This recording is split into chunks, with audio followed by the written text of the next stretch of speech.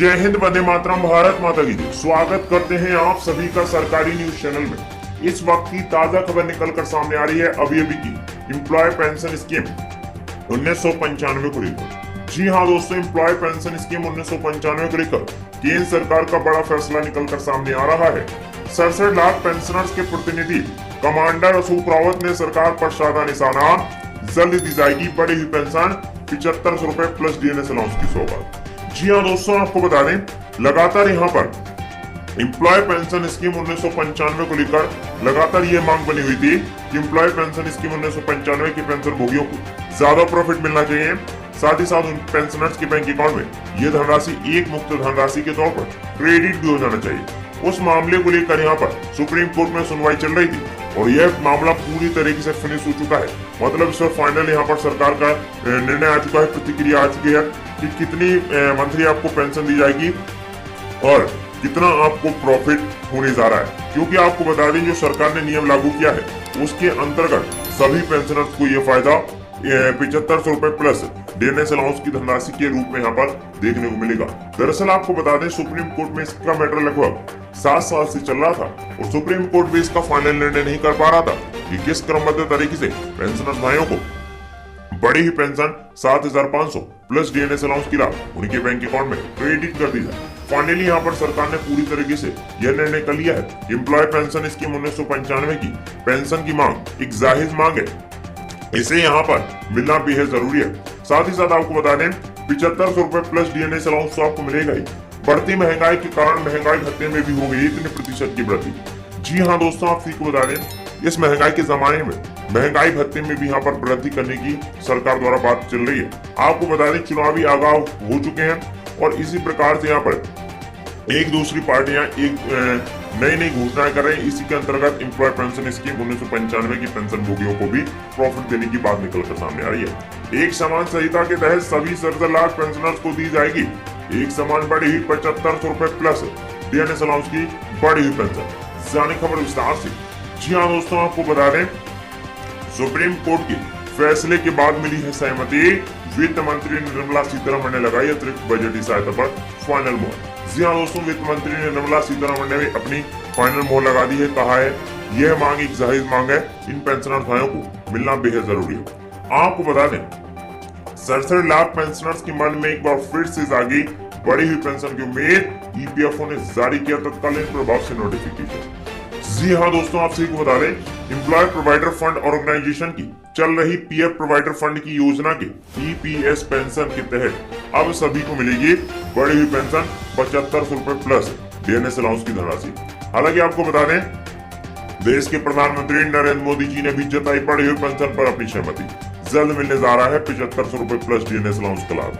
हालांकि आपको बता दें कि बढ़ी हुई पेंशन पर लगी फाइनल मोहर, लेकिन आपको फ्री मेडिकल सुविधा मिलेगी या नहीं मिलेगी इस पर अभी भी संकट है। दोस्तों आपको बता दें कि यहाँ पर जो 7500 रुपए प्लस डीएनएस अलाउंस बढ़ी हुई पेंशन का मैटर चल रहा था उस पर तो सरकार ने अपनी सुनवाई कर दी है, लेकिन अभी फ्री मेडिकल सुविधा आपको मिलेगी या नहीं मिलेगी ये भी कंफर्म नहीं है। श्रम मंत्रालय द्वारा जारी कराई गई एक फाइनल लिस्ट है, जाने कैसे कर पाएंगे लिस्ट में अपना नाम चेक करो। जी हाँ दोस्तों, सरकार ने तत्कालीन प्रभाव से कुछ बढ़ी हुई पेंशनर्स की सूची जारी की है, जल्द करिए अपना नाम चेक करो।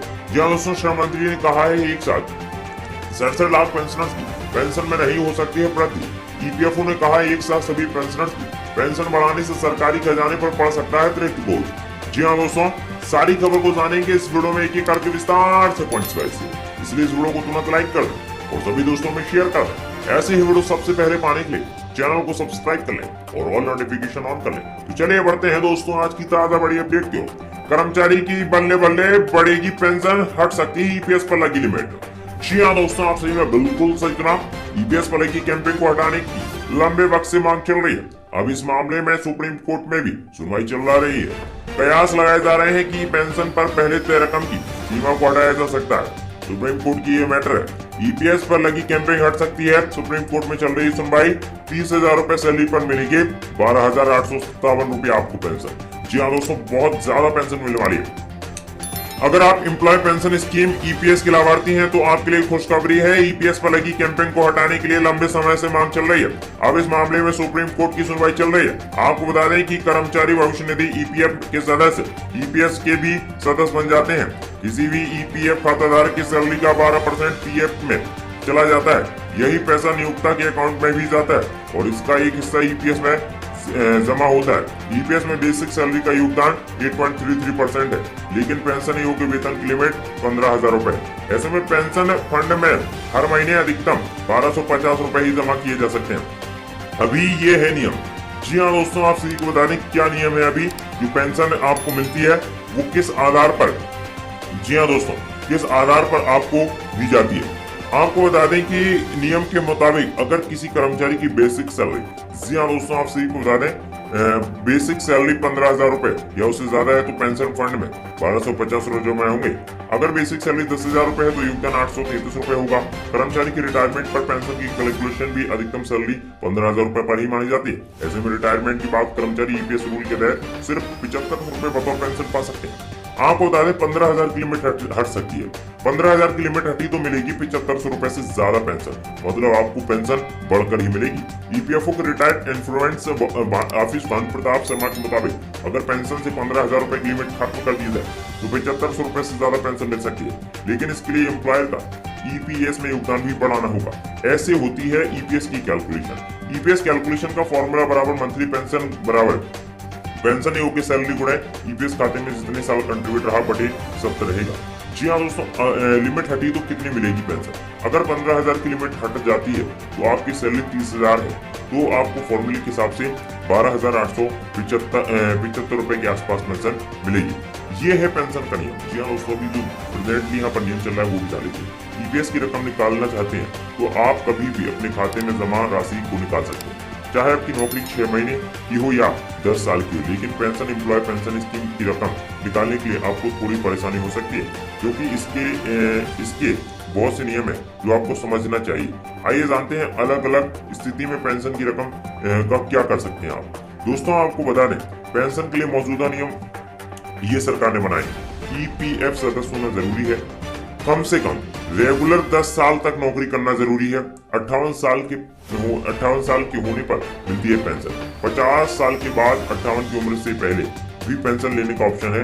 पहले पेंशन लेने पर घटी हुई पेंशन मिलेगी। इसके लिए फॉर्म 10 भी भरना होगा। कर्मचारी की मौत होने पर परिवार को मिलती है पेंशन। सर्विस हिस्ट्री 10 साल से कम है तो उन्हें 58 साल की आयु में पेंशन अमाउंट निकालने का ऑप्शन भी दिया जाता है, ताकि यहाँ पर पेंशनर्स भाइयों को ज्यादा प्रॉफिट हो सके। दोस्तों, माना जा रहा है कि जल्द से जल्द सरकार निर्णय लेगी और आपको यहाँ पर बड़ी पेंशन का लाभ अब देखने को मिल सकता है। दोस्तों, इस वक्त ताजा बड़ी अपडेट निकल कर सामने आ रही थी, जो कि आप सभी को बताना बेहद जरूरी था।